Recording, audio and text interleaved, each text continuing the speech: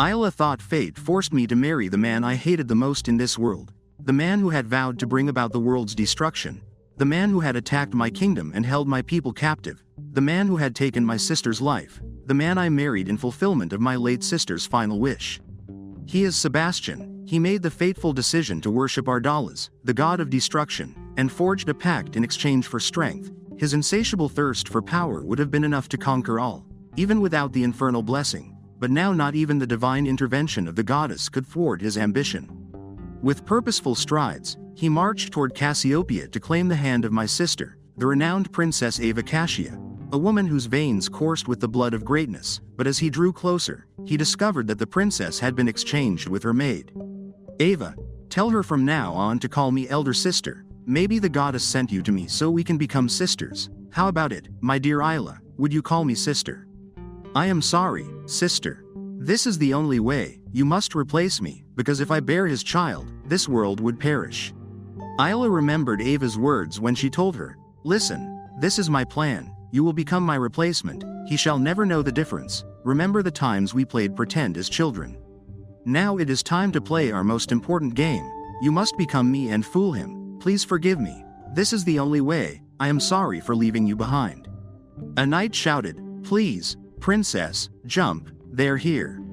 The next moment, the knight saved her and said, long live the princess.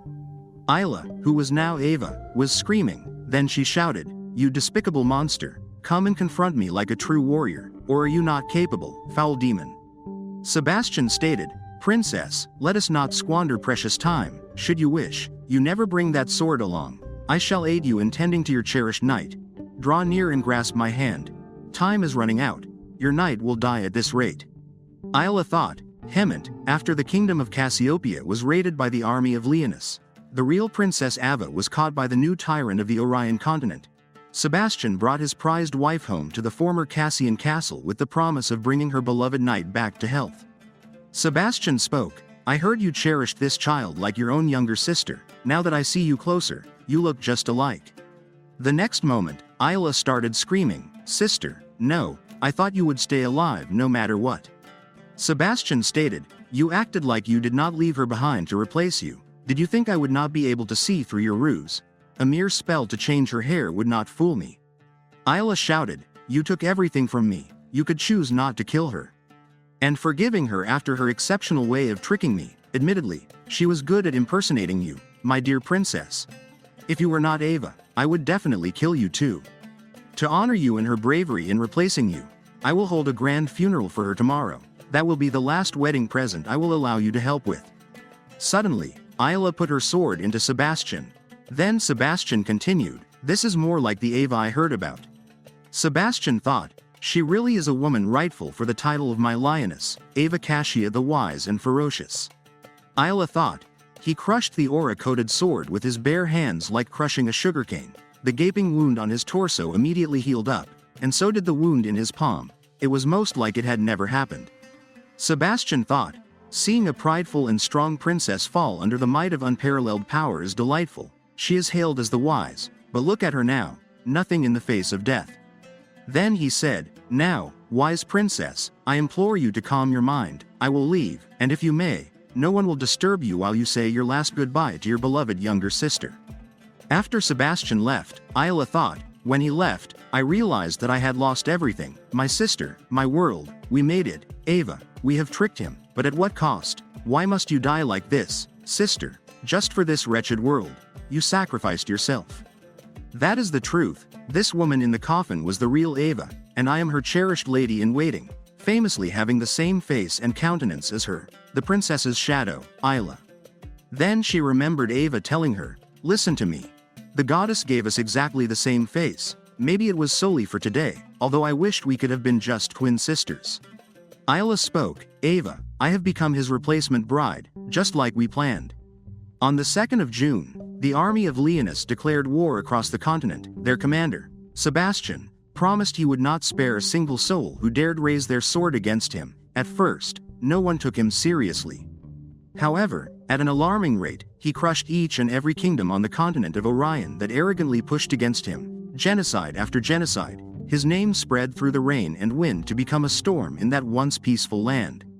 In just a month, he had reached the frontier of Cassiopeia, declaring to kill everyone just like the rest who refused to kneel down to his rule. But for the first time ever, he did not immediately march through. On the 4th of July, on the birthday of Princess Ava, he announced an offer. There it was written, "I will not hurt your people, not a single strand of hair. What I demand is Princess Ava's hand in marriage, or rather, a threat." The one and only ruler of Cassiopeia, who would be crowned the queen in the future, decided to agree to that offer, rightfully so, seeing how terrifying the speed of Leonas's conquest was. In just a month, he had claimed almost 1/3 of the continent's land for his soon-to-be established empire of Leonas.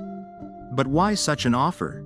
For millennia, Cassiopeia had lacked the birth of a princess. The bloodline of Cassian daughters was proven to always be blessed to give birth to outstanding offspring. It was known that the daughter of Cassiopeia would be the Andromeda of the world. Their children would grace the world with greatness no matter who the father was. Sebastian was just one of many men who wanted that grace from Cassian wombs. Ava told her, "Look, I created a necklace for us. I have created this necklace to prevent us from ever getting pregnant. After he kills me, take this necklace off my neck and wear it always. Never, ever take this off." Isla thought, "Actually both of us have the same blonde hair color, which makes us look exactly like each other." But even though Ava loved that fact so much, looking exactly like the princess is almost a crime. I must change my appearance. Finally, Ava decided to create and perfect a spell over the years. She created a layered spell to change our hair color between blonde and black, and to fool everyone, Ava would sometimes ask me to exchange places. I would pose as the princess, and so Ava would pose as the lady-in-waiting. We learned the exact same things and the exact same skills, and we almost mastered becoming each other. Ava loved this game, and I loved to make her happy. Now, after we fool him, she remembered Ava telling her, "You must live and protect everyone. Remember, you are as strong and as smart as me. I know you can do it. From now on, you are Ava."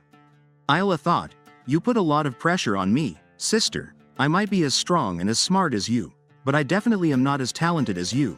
You were the one who invented this spell that could even trick a monster like him. You were also the one who made this necklace to protect me, even after you died. My dear sister, I am sorry that you could not be buried with the same hair color as mine. You have always liked us to be the exact same. After everything ends, I will dye my hair black permanently so we can be together in the afterlife with matching black hair. I will always love you." On the other hand, Sebastian thought, "Today is the funeral I promised my bride. No clothes fit me in this place." Speaking about funerals, last night I learned a lot of things. That Isla, the lady-in-waiting, was more than a servant to Ava. She was her sister, closer than the real one too. Knowing her love for her sister, I wonder if she hoped Isla would survive and succeed in tricking me. But Isla must be killed. The fake must be terminated. I had risked making her extremely angry by killing her sister.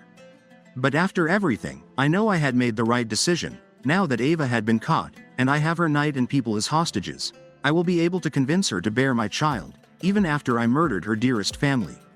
Ava will have no more choice but to be my bride, but will she hate me for the rest of her life? So be it. It will be better if she hates me. Like that, it will be easier to kill him after she gives birth to my child.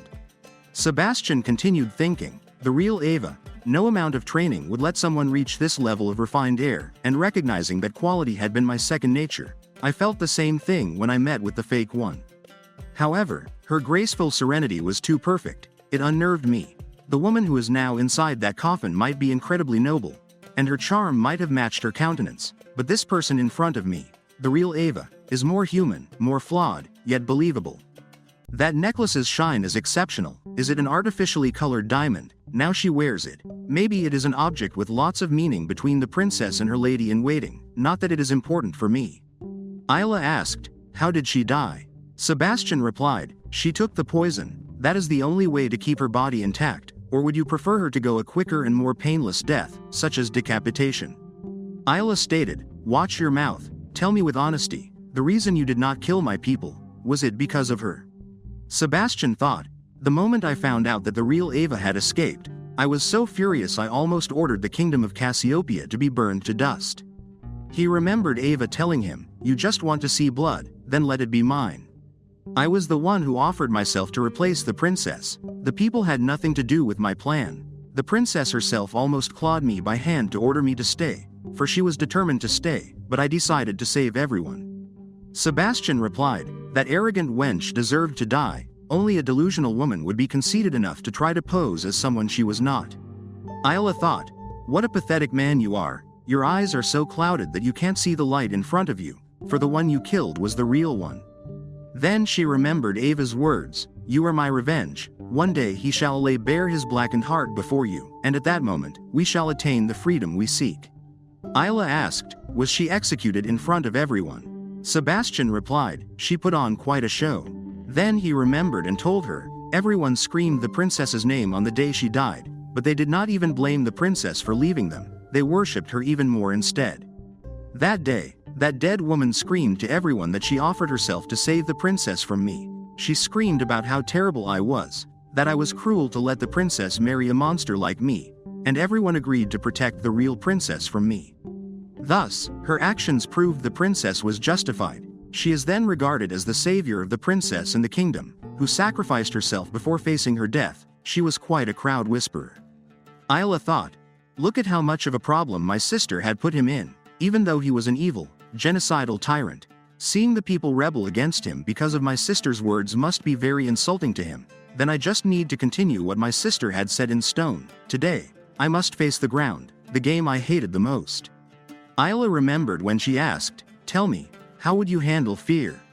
Ava replied, "If ever that were to plague me, I would hide you away and keep you as my saving secret." Isla tried to say, "But I was asking." Ava continued, "Right, you were asking what I would do if I feared something. However, the only thing I am afraid of in this world is to lose you, my dear." Isla told her, "I was talking about managing my fear of crowds. Why are you entrusting me with your public affairs?" Ava spoke, "I understand now. You fear speaking in front of an audience, do you not? Well then, I shall impart you with a valuable tip. Were you under the impression that I would refrain from assigning you similar tasks? Young lady, brace yourself, for you shall appear in public as me even more so in the future. But enough of that. Here is my advice, visualize them as mirrors. Look through their eyes and perceive their perspective as your own. This way, you will feel less fear and better comprehend their viewpoints. Essentially, you will see yourself reflected in them." Now, back in the present time, Isla thought, "See yourself in them." Then she said, "I have failed you, I have saved no one." She thought, "In front of my sister's coffin, I kneel to the people, apologizing for my failure to protect them." Isla continued thinking, "But more so inside my deepest regret is the truth of me letting the princess that everyone loves so much die silently to save the world. This is my fault. To let my people pay for my failure." The people shouted, "We are sorry, princess, don't cry. No, let us die for you. Let's go to war. Long live Ava, damn monster. You wretched demon, let go of our princess." Isla thought, "Through the artful practice, I, Isla, harness the power of our people to amplify the resounding echoes of your heart's desire. Keep them steadfastly by your side, and let not their allegiance waver. Empower them to thrive under your rule and elevate their spirits to new heights. Sister, watch me as I bask in my success in riling the people into a deeper hatred than what you had plotted." Chaos escalated. The Leoness army, dispatched to the scene, started to block the crowd from pushing forward. In anger, they tried to save their princess, even though they came without weapons and could be beheaded on the spot. Sebastian stated, "You do this on purpose, like your sister, you possess an innate ability to cause commotion." Isla thought, "So this is his rage-filled face, just like you enjoy getting on my nerves, I too shall enjoy getting on yours." On the other hand, Adam saw a dream in which Princess Ava said, "Promise me you will protect our Isla with your life." He woke up and thought, "What is going on? People are shouting." Adam thought, "I feel like the sky is collapsing. I know it is the plan. I know the real Princess Ava needs to succumb to an early death for the plan to work." Then he remembered Princess Ava speaking, "Trust me, there is no other way." Adam replied, "Can we not just resist? All of us had agreed to offer our lives for you to go to war." Ava commented, "And then what? Witnessing all of you falling while I am seized and subjected to brutality, forced to bear his offspring." Adam said, "Then let's die now, together." Ava emphasized, "Is that the fate you truly desire to embrace?" Adam thought, "I see your people enraged, crying, and wailing like the state of my mind right now. They are ready to die for you, and so am I." He remembered Ava's words, "Don't ever be a villain, or I will love you as the hero you are." It is said a hero does not hesitate to sacrifice their most beloved for the greater good, while a villain sacrifices the world for the one they love, but you do not want me to become a villain for you. You wish to depart this world while I become the hero who saves all, even at the cost of your life. The pain in my chest does not come from my wounds. How selfish of you, Ava. How cruel of you, my love. Next scene. Sebastian asked, "You know that I could kill them right then and there, aren't you?" Isla replied, "But did you pray? If I may ask, why didn't you? Were you afraid of me finding the opportunity to hurt myself in the middle of chaos, or because you were not prepared for this kind of outcome?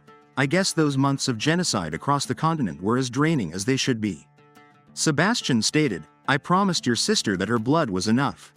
Sebastian continued, "Was it really necessary to rile your people against your husband, princess?" Isla shouted, "What husband kills his wife's sister?" Sebastian stated, "If you were to sit and calmly accept my proposal, would I have killed your dear sister?" Isla told him, "You still have the audacity to blame me for her death, as if it was my fault. The world knows her blood is on your hands." Sebastian emphasized, "I see that you are not as innocent as they depict you to be." Isla replied, "Certainly not. Look at you. I don't even know what kind of whim of yours would cause another tragedy tomorrow. Did you think I would believe such empty words? Swear on my sister's name, Sebastian, that you will never ever touch or hurt my people again." Sebastian thought, "I know well what she wants to achieve. As long as she still has what I want, I will never be able to win. She has assessed how badly I want her to bear my child. She has seen the lengths I am willing to partake in to make her mine. She would not want me to be able to control everything about her. As long as she has what I want, she can still protect what she needs to protect." Then he stated, "I swear under your sister's name, Isla, that I will never ever touch your people." Like this video, hit the like button, and subscribe for more videos.